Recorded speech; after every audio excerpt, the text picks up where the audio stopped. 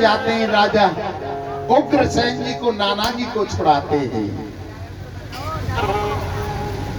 उसके बाद अपने माता पिता को छुड़ाते हैं और उनके चरणों में शीश रख करके प्रणाम करते हैं।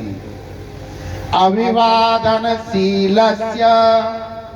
नित्यव्रतोपसेवने चत्वारि तेषा प्रधन्ते आयुर्वेद्या यशोबल। जो अभिवादनशील होते हैं उनकी 4 चीजें हमेशा बढ़ती हैं, आयु, विद्या, यश और बल। आज अपने माता पिता के चरणों में शीश रख करके कृष्ण बलराम ने प्रणाम किया। और मां देवकी ने जब कृष्ण को आज देखा तो मेरे कन्हैया आज 11 वर्ष 54 दिन के हो चुके थे। उनके पास कितनी देर रहे थे जन्म लेकर के? 1 घड़ी। जितनी देर में स्तनपान किया था इतनी देर रहे थे। आज देवकी मैया यशोदा को प्रणाम करती है कि मां यशोदा तुझे प्रणाम है, मैंने जरा से इस बालक को आपके पास में भेजा था और आपने इसे 11 वर्ष 54 दिन के बालक को ही 20 वर्ष का युवा बना दिया, जिसने दुष्ट कंस का आकर के वध कर दिया। ब्रजवासियों ने कहा कन्हैया चलो परसों की मैया ते कह के आयो, चल। तो कहने लगे हे सखाओ अभी मेरे कुछ कार्य यहाँ के बाकी हैं, तुम जाओ। ब्रजवासी नंद बाबा को भेज देते हैं। उसके बाद उनका मुंडन हुआ, यज्ञोपवीत संस्कार कराया और विद्या अध्ययन करने के लिए सांदीपन गुरु के आश्रम में उज्जैन भेज दिया। अल्पकाल विद्या ग्रह पाई, थोड़े ही समय में विद्या को ग्रहण कर लिया और वहां उनकी मित्रता सुदामा से हुई। सुदामा के बारे में बड़ी गलत भ्रांति फैला रखी है।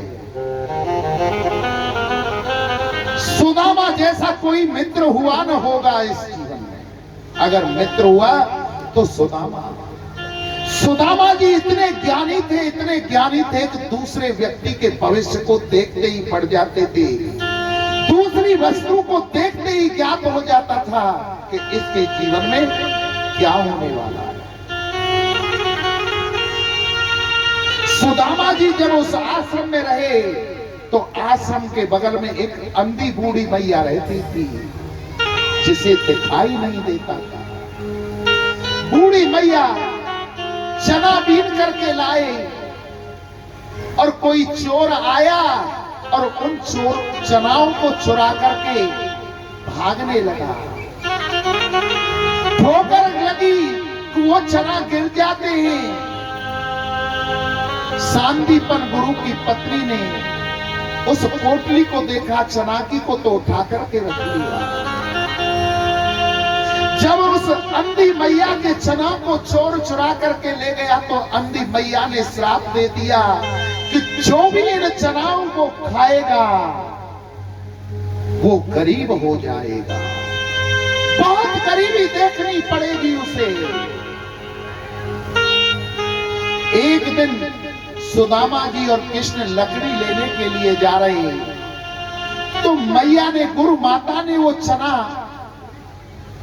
कृष्ण को और बलराम को दिए कि इन चनाओं को तुम खा लेना, बाल भोग लगा लेना।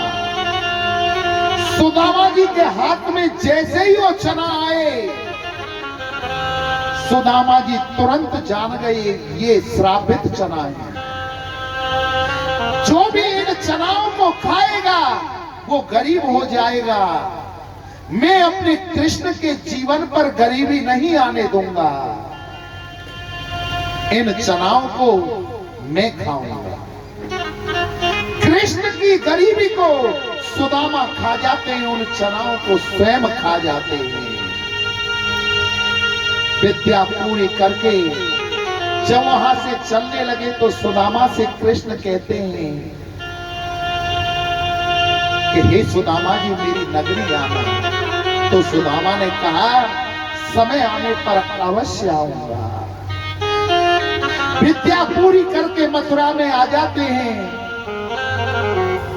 मां देवकी ने आज पहली बार कन्हैया के लिए भोजन बनाया और थाली में सजा करके 56 प्रकार के भोग कन्हैया के सामने गई मैया देवकी और ले जाकर के उस भोग को रख दिया और कहा कि कन्हैया भोजन कर लो।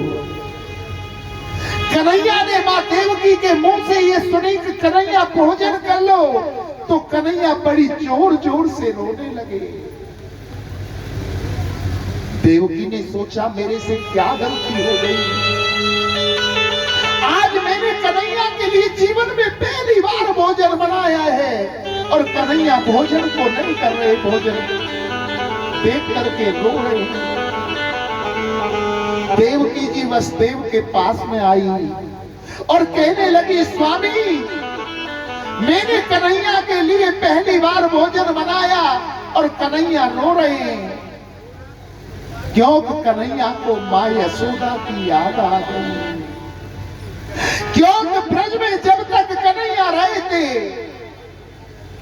जब भी मैया यशोदा कन्हैया को भोजन कराती थी तो अपनी गोद में बैठाती और अपने हाथों से खिलाती थी। आज देवकी ने सामने भोजन रख दिया और कह दिया कि कृष्ण भोजन कर ले, कन्हैया भोजन कर ले। मां की याद आने लगी, रोने लगे। तो उसी समय उद्धव जी वहां आ जाते हैं। उद्धव कृष्ण को मित्र मानते थे और बृहस्पति जी से पढ़े हुए थे, बड़ा ज्ञान का अभिमान था उद्धव जी को। उद्धव से वसुदेव जी ने कहा कि कृष्ण को समझाओ, आज उनकी मैया ने पहली बार देवकी ने भोजन बनाया है और कृष्ण भोजन नहीं कर रहे, रो रहे।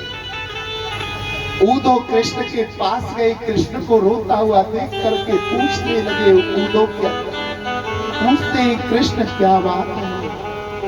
तो कृष्ण कहते उद्धव मोहि ब्रज बिसरत नाही, हंस सुधा को सुंदर कलेवरे और गुंजन की छाई।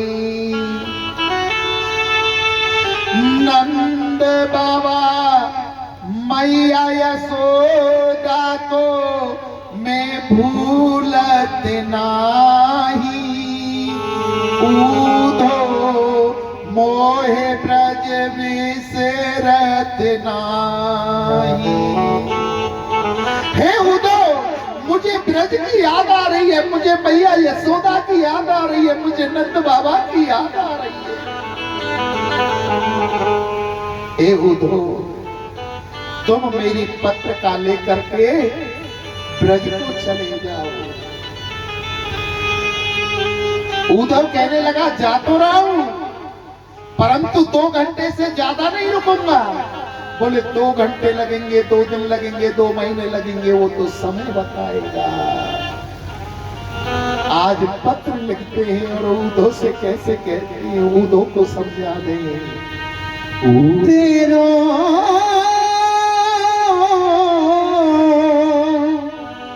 लाल दुख पावे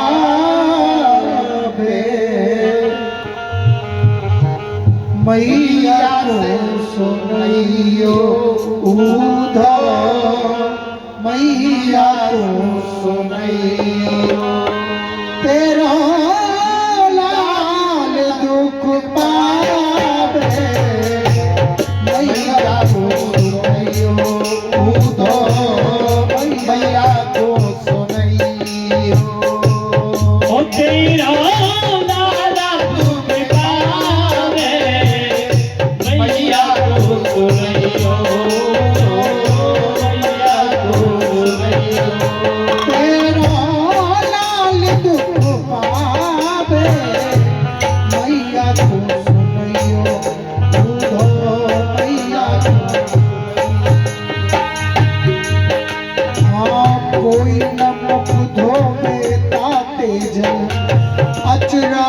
पहुँच संभारे, कोई न मुख धोवे ताते जल अचिरा पहुँच संभारे, कोई न मुख धोवे ताते जल अचिरा पहुँच संभारे, कोई न मुख धोवे ताते जल अचिरा पहुँच संभारे। माखन रोटी नाम न जाने,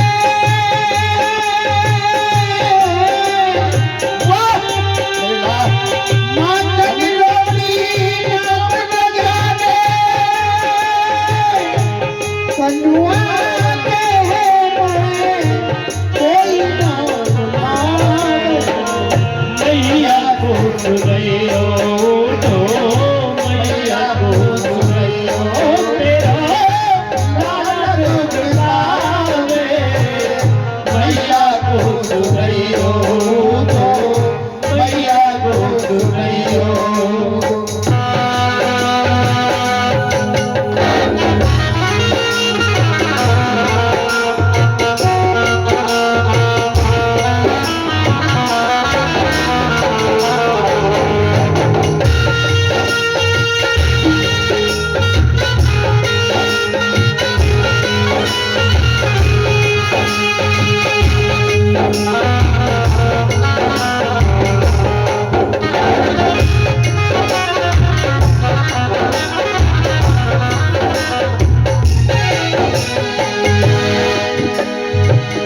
बाबानंद उंगरिया गहन आवन चलन सिखावे, बाबा नंद उमरिया गए पावन चलन सुहावे, बाबानंद उंगरिया गहन आवन चलन सिखावे, बाबा नंद उमरिया गए पावन चलन सुहावे।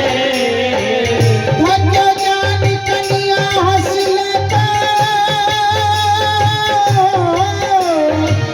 धन्य ज्ञान कन्या हंस लेता, धूल पाछ में गले सो लगावे, मैया को सुनैयो तो मैया को सुनैयो तेरा लाला दुख पावे, मैया को सुनैयो तो तेरा लाल दुख पावे, मैया को सुनियो।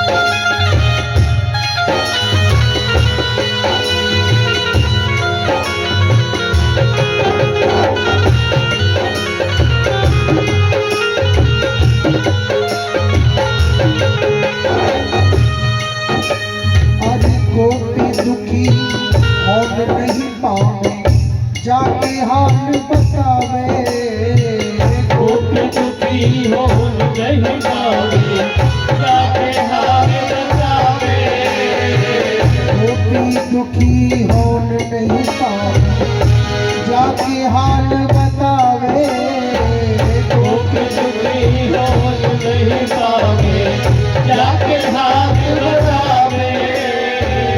देख राधे बाट हमारी, देख राधे बाट हमारी, जन्म जन्म श्याम लिया आवे, मैया को सुनैयो तो मैया को सुनैयो तेरे लाला दुख पावे, मैया को सुनैयो तो मैया को सुनैयो। उधा तुम ब्रज को गगन करो,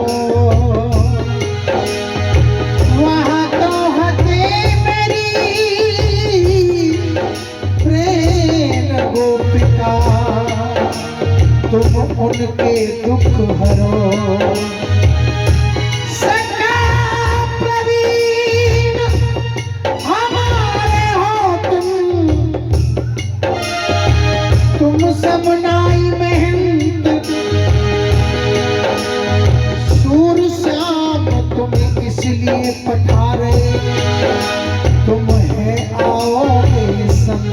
सुधो मैया को सुधैयो तो मैया को सुधैयो तेरा लाला तू कृपा मैया को बधैयो तो मैया को बधैयो संदेशो राधिका सुकहियो संदेशो राधिका सुधैयो तोहे श्याम बुलावे राधिका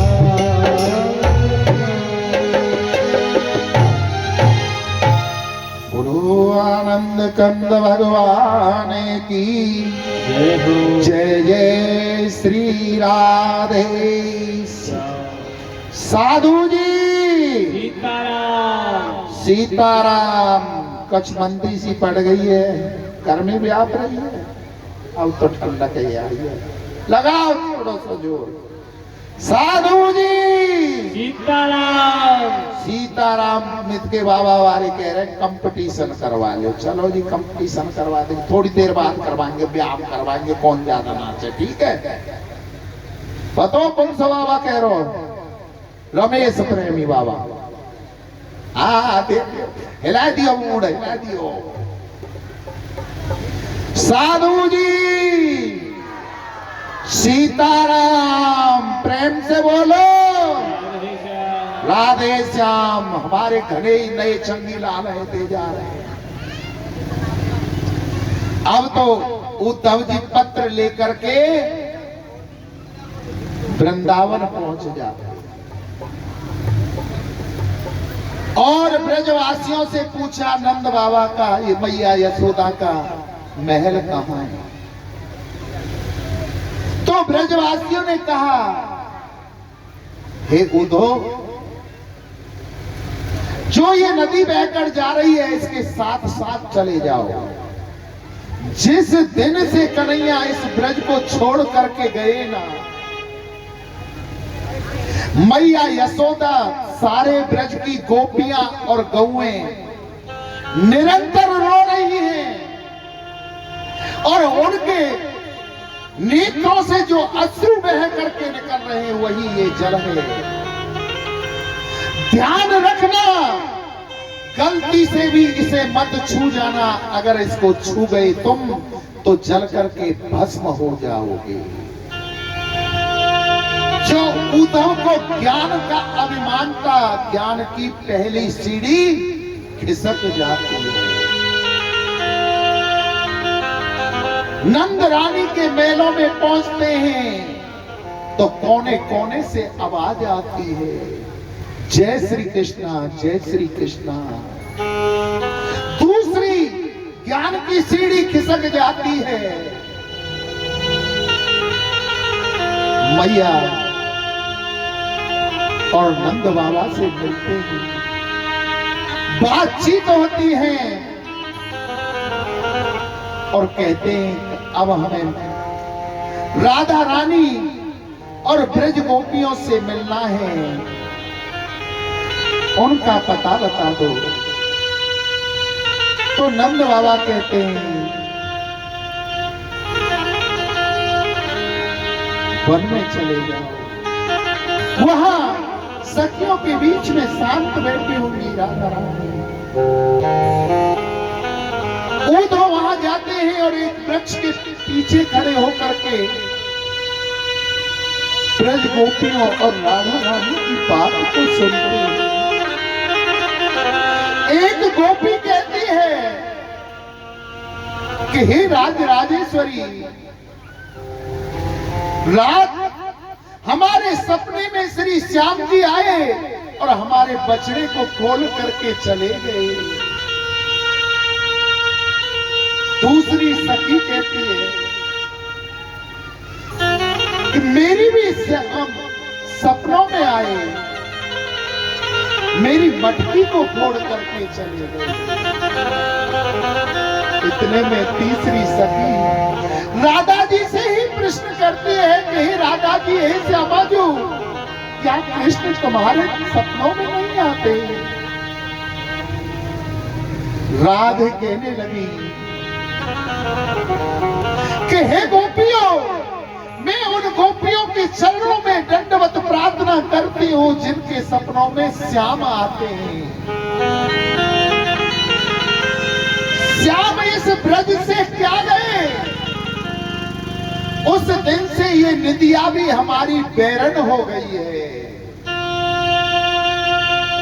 जिससे श्याम गए उस दिन से हमें निदिया ही नहीं आती। जब निदिया ही नहीं आती है तो श्याम सपनों में कहां से आएंगे। इतने में एक भौरा वहां आ जाता है और भौरे को देखकर ब्रज गोपी कहने लगी, अरे ओ भौरे, तू भी काला था और कृष्ण भी काला था।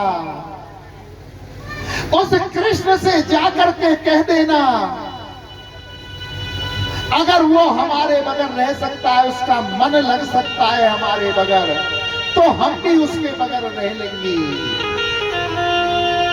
इतनी बात जब उद्धव ने सुनी तो उद्धव निकल करके आ गए और गोपियों से कहने लगे, ओ गोपियों, क्या कृष्ण कृष्ण करती हो? अपने मन को लगाना है तो परमात्मा में लगाइए, क्या कृष्ण कृष्ण कर रही हो?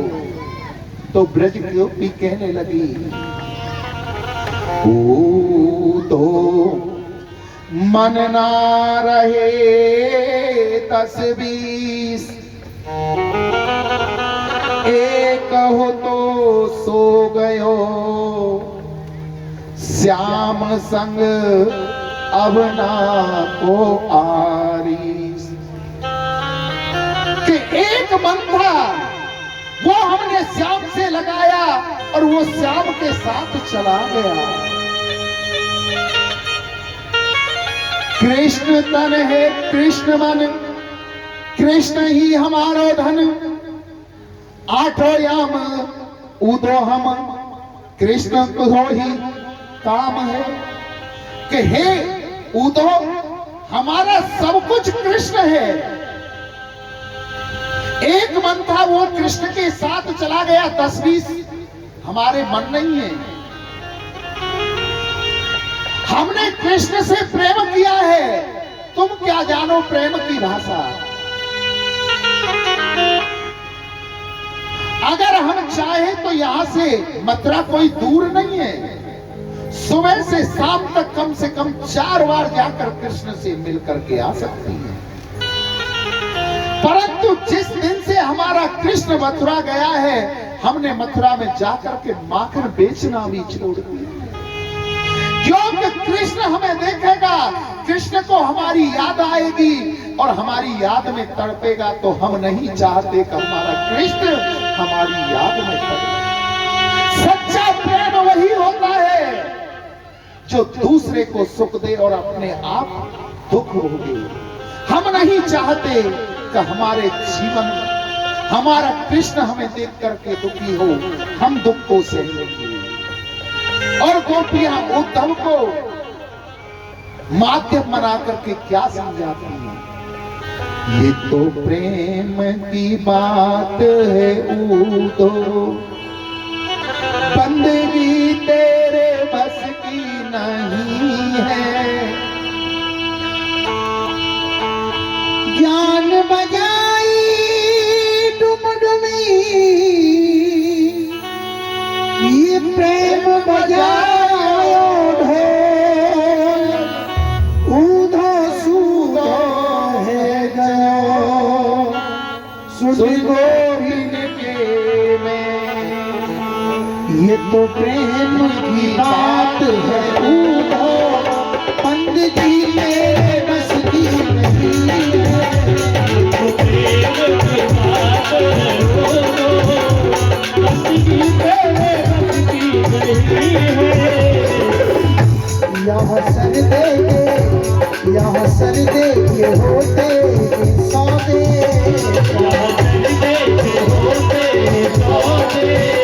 आस की इतनी सस्ती नहीं है। बंदगी तेरे बस की नहीं है।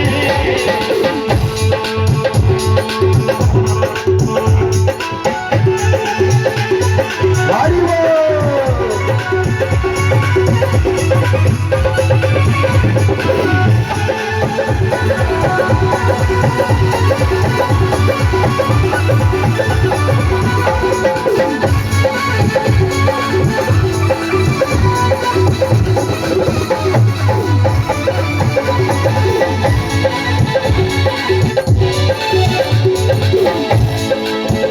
जो असल में है मस्ती में डूबे उन्हें क्या परवाह है जिंदगी की। तो असल में है मस्ती में डूबे उन्हें क्या परवाह है जिंदगी की। जो असल में है मस्ती में डूबे उन्हें क्या परवाह है जिंदगी की। तो असल में है मस्ती में डूबे उन्हें क्या परवाह है जिंदगी की। वो उतरती है चढ़ती है मस्ती, ये उतरती है चढ़ती है मस्ती, वो हकीकत में मस्ती नहीं है। ये तो देव की बात है वो जो बंदगी मेरे बस की नहीं है।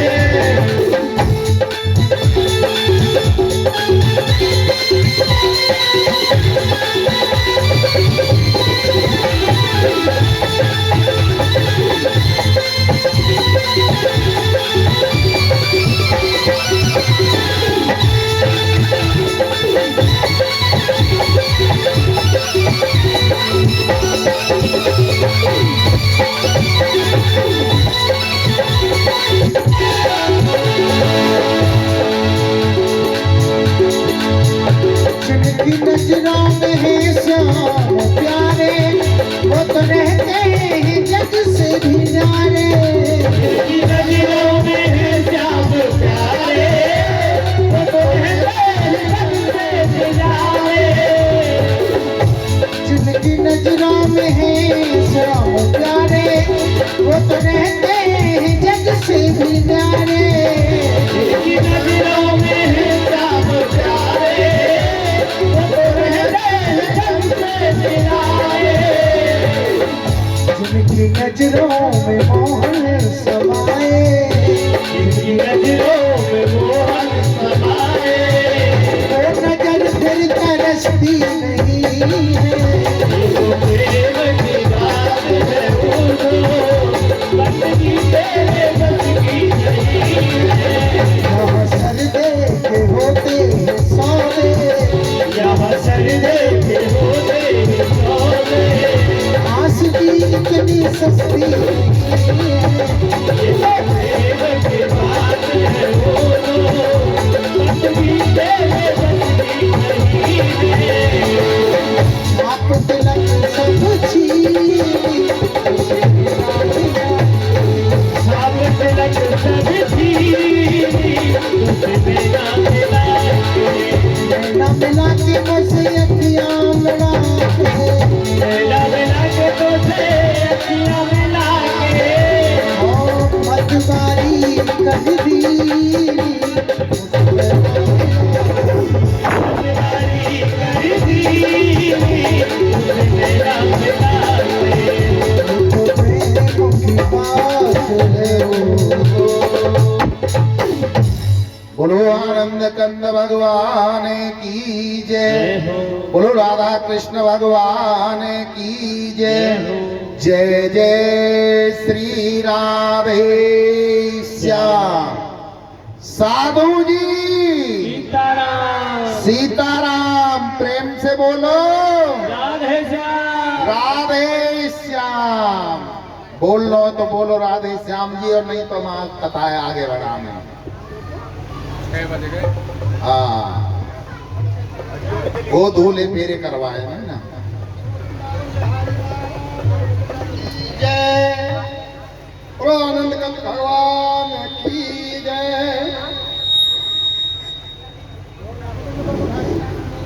दानदाताओं की सूची इस प्रकार से है सज्जनों। विष्णु की मां के बाद में 100 रुपया 30 किलो गेहूं, 100 रुपया 30 किलो गेहूं हमारे भाई साहब श्री विजयपाल शर्मा जी तानेवर के भाई साहब। ₹500 श्री भगवती प्रसाद शर्मा हवलदार साहब, सनाब श्री लक्ष्मी चंद महाशय जी ₹500 दान दे रहे हैं। 21 रुपया श्री सुमेर सिंह प्रजापति कल्लड़ काका के साले साहब हैं बड़ी सरा वाले, धन्यवाद। हाँ, ₹100 21 किलो गेहूं महेंद्र सनाब श्री सुक्का, पहले अमर सिंह के भैया हैं, जो पहले अमर सिंह दे चुके हैं उनके भैया हैं महेंद्र सिंह सुक्का के बेटा। ₹100 हीरम मुखिया, ₹100 कल भी दिए थे, ₹100 आज फिर दे रहे हैं हीरम मुखिया।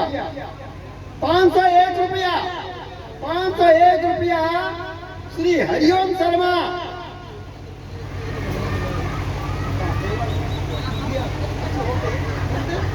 जंगीलाल गांधी, हरिओम शर्मा उर्फ गांधी मगरौली वाले ₹501 दान दे रहे हैं। हम उनको बार बार धन्यवाद करते हैं और सभी दानदाताओं के नाम से एक बार जोर से जयकारा लगाएंगे। बोलो वृंदावन बिहारी लाल की जय जय जय श्री राधे श्याम। अभी रुक्मिणी मंगल होने वाला है, तैयार है जा और अच्छी तरह से नाचना, थोड़ा जोर से। जो उद्धव कह करके आया था कि 2 घंटे से ज्यादा नहीं रुकूंगा, 7 महीने हो गए उद्धव को गोपियों की वाणी सुन करके। उद्धव सुधव है चलो सुन गोपिन के बेन, ज्ञान बजाई डुमडुवी और प्रेम बजायो ढोल। आज उन गोपियों की वाणी को सुन करके सूदे होकर के चल दिए उदय, जिन्हें ज्ञान का बड़ा अभिमान था। गोपियों के प्रेम के सामने उनका ज्ञान कुछ भी नहीं बचा। उसके बाद सुखदेव जी वर्णन करते हैं कि कंस की 2 पत्नी थी, अस्थि और प्राप्ति। जब कंस मर गया तो अस्थि और प्राप्ति अपने पिता जरासंध के पास जाती है।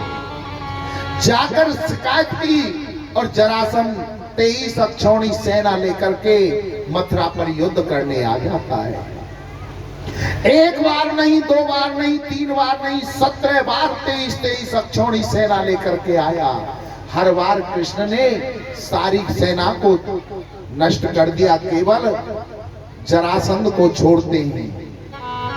18वीं बार जरासंध ने 11,000 ब्राह्मणों को बुलाया और कहा कि मंत्र जाप करिए और ऐसा मंत्र जाप करो कि मैं कृष्ण को हरा दूं। अगर मैं युद्ध को जीत करके आया तो तुम्हें इतना धन दूंगा, इतना धन दूंगा, इतना धन दूंगा, कभी किसी से मांगने की जरूरत नहीं पड़ेगी।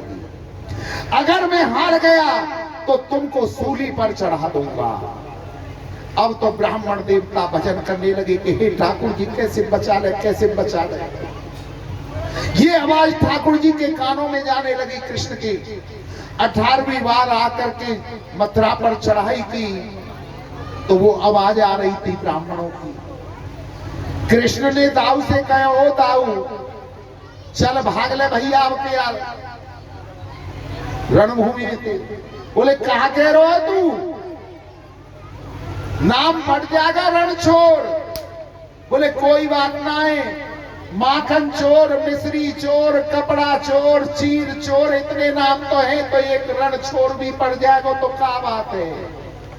11,000 ब्राह्मणों की खातिर कन्हैया रंगभूमि से भाग जाते हैं, पहाड़ पर चढ़ जाते हैं। बोले इस पहाड़ के चारों तरफ आग लगा दो जिससे कि ये जल करके मर जाएगा। आग लगा दी।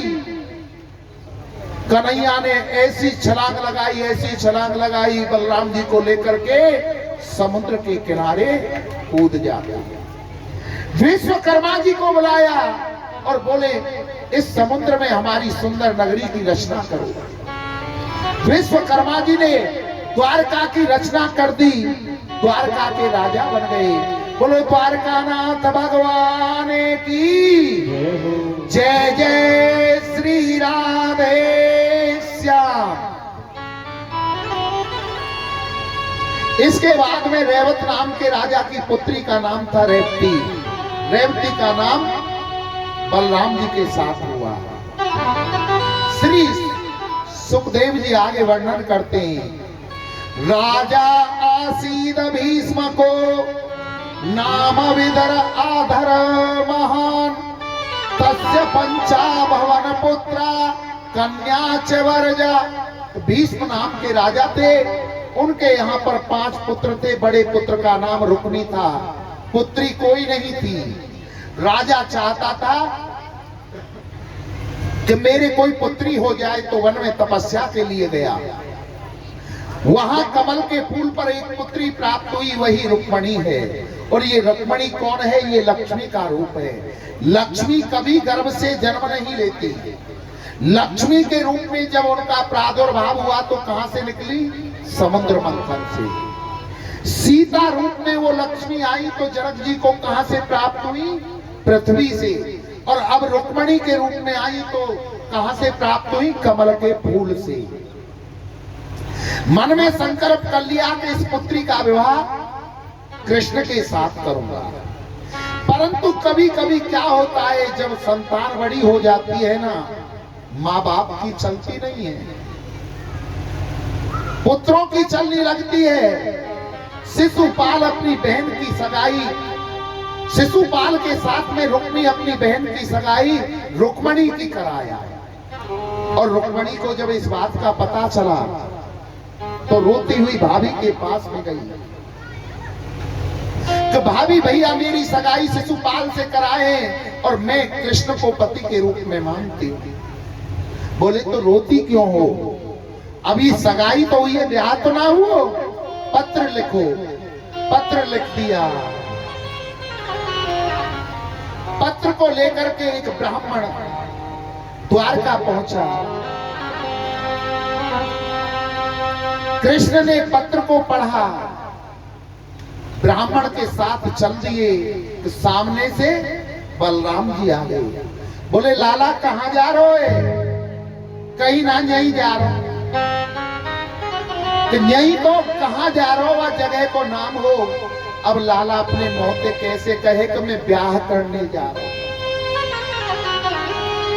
पहले जमाने का नियम था कि बालक बच्चों की विवाह शादी की बात चलती, कैमरा कर दो बालक बच्चों के विवाह की बात चलती, थोड़े का ना होगा लकी विवाह की बात चलती तो वहां से उठ करके चले जाते। और आजकल के बालक 7 इंची टेप साथ लेकर के घूमते, कहते कि हम 6 फुट के, छोटी बिल्कुल नहीं चाहिए, सेम टू सेम चाहिए। और तो और आजकल इलू इलू को बड़ो चक्कर चल रहा है। अच्छा, और जो सेम टू सेम वाले चलते हैं ना, 2 महीने शादी होती है, तीसरे महीने कोर्ट में खड़े पाते हैं। अब तो ब्राह्मण ने कहा कि रुक्मणी का स्वयंवर हो रहा है। ओहो, कुंदन पड़ जा रहे हैं तो लाला हमारा ब्याह लाख हो गए। अच्छा अच्छा, जाओ जाओ। और सिपाहियों को आदेश कर दिया कि पीछे से चलो, वहां तब तक शिशुपाल जैसे दुष्ट राक्षस आएंगे, लाला कमजोर नहीं पड़ना चाहिए। कुंदनपुर पहुंच गए। और रुक्मणी जी को जब पता चला कि कृष्ण आ गए हैं, तो रुक्मणी जी ने अपनी सहेलियों को बुला लिया और अपनी सहेलियों से कहने लगे, क्या आओ सखिया मुझे मेहंदी लगा दो, मेहंदी लगा दो, ऐसी सजा दो, मुझे दुल्हन श्याम सुंदर की बना दो। आओ मेरी सखियों मुझे मेहंदी लगा दो,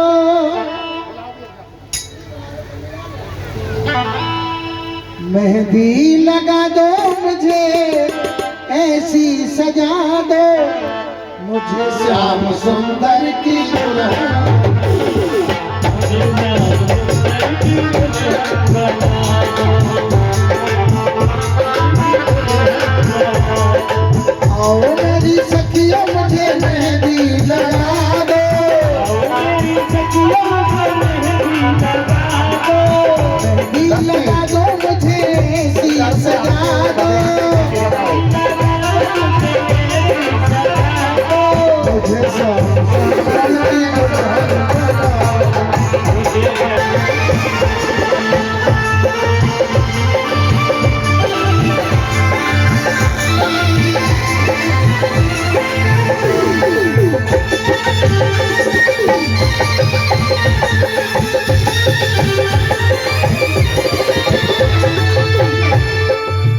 सभी अपनी अपनी जगह पर ही बैठे रहेंगे। और सत्संग में मेरी बात चलाई, सत्संग में मेरी बात चलाई, सत्संग में मेरी बात चलाई, सत्संग